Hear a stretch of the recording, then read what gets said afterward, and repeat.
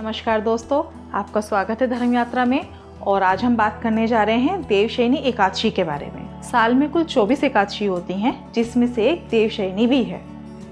हिंदू धर्म में एकादशी व्रत का बहुत महत्वपूर्ण स्थान है। एकादशी चंद्रमास में आने वाली 11वीं तिथि होती है। हर चंद्रमास में से 2 एकादशी होती हैं, एक शुक्ल पक्ष की एकादशी और एक कृष्ण पक्ष की एकादशी। यह तिथि भगवान विष्णु को समर्पित है। वर्ष भर में कुल 24 एकादशी आती हैं। आषाढ़ महीने के शुक्ल पक्ष की एकादशी को ही देवशयनी या फिर आषाढ़ी एकादशी कहते हैं, क्योंकि ये आषाढ़ महीने में आती है।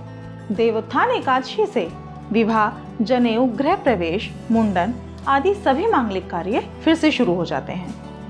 पद्म पुराण में कहा गया है कि जो मनुष्य मुक्ति की इच्छा रखते हैं उन्हें देव प्रबोधनी या फिर देवशयनी एकादशी पर व्रत जरूर करना चाहिए। मान्यता है कि देवशयनी एकादशी व्रत के करने से सभी पाप नष्ट होते हैं तथा समस्त मनोकामनाएं पूरी होती हैं। मनुष्य को भगवान उत्तम गति प्रदान करते हैं। जो व्यक्ति प्रतिवर्ष श्रीहरि का व्रत करते हैं उन्हें वैकुंठ लोक प्राप्त होता है और वो जीवन मृत्यु के चक्र से मुक्त हो जाते हैं। आषाढ़ मास के शुक्ल पक्ष की एकादशी को व्रत रखा जाता है और घर के सभी सदस्यों को भगवान विष्णु की पूजा आराधना करनी चाहिए। देवशयनी एकादशी के दिन प्रातःकाल जागकर घर की साफ सफाई कर लें। उसके बाद नित्य कर्म से निवृत्त होकर स्नान आदि करके घर को गंगा जल से पवित्र कर लें। अब पूजा स्थल पर भगवान श्री हरि की सोने, चांदी, तांबे या फिर पीतल की मूर्ति को स्थापित करें। इसके बाद षोडशोपचार सहित भगवान की पूजा करें। धूप, दीप और पुष्प से श्री हरि की पूजा करनी चाहिए और मिठाई से भगवान का भोग लगाना चाहिए।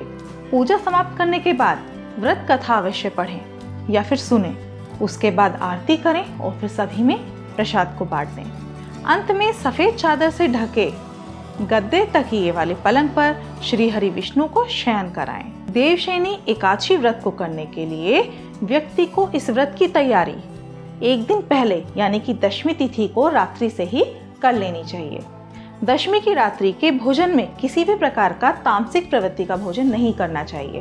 तामसिक प्रवृत्ति में लहसुन प्याज भी आते हैं, इसलिए दशमी की रात्रि को लहसुन प्याज का भी खाना नहीं खाना चाहिए जो लोग एकादशी का व्रत रखना चाहते हैं। इस रात भगवान का जागरण करना शुभ फलदायी माना जाता है। धार्मिक व्यक्ति इस दिन तुलसी और शालिग्राम के विवाह का आयोजन भी करते हैं। तो आइए इसके साथ साथ हम देवशयनी एकादशी की छोटी सी व्रत कथा भी आपको बताते हैं। सतयुग में मांधाता नामक एक चक्रवर्ती सम्राट राज्य करते थे। उनके राज्य में प्रजा बहुत सुख और आनंद से रहती थी। एक समय राज्य में लगातार 3 वर्ष तक बारिश नहीं होने से बहुत भयंकर अकाल पड़ गया, जिसकी वजह से प्रजा व्याकुल हो गई और चारों ओर हाहाकार मच गया। प्रजा की दयनीय स्थिति देखकर राजा समाधान खोजने के लिए जंगल की ओर चल पड़े। जिस दौरान विचरण करते हुए राजा मांधाता अंगिरा ऋषि के आश्रम पहुंच गए। राजा की सारी बातें सुनकर अंगिरा ऋषि ने कहा कि आप अपने राज्य में जाइए और देवशयनी एकादशी का व्रत रखिए। इस व्रत के प्रभाव से राज्य में अवश्य ही वर्षा होगी। अंगिरा ऋषि की बात मानकर राजा मांधाता राज्य में वापस लौट आए।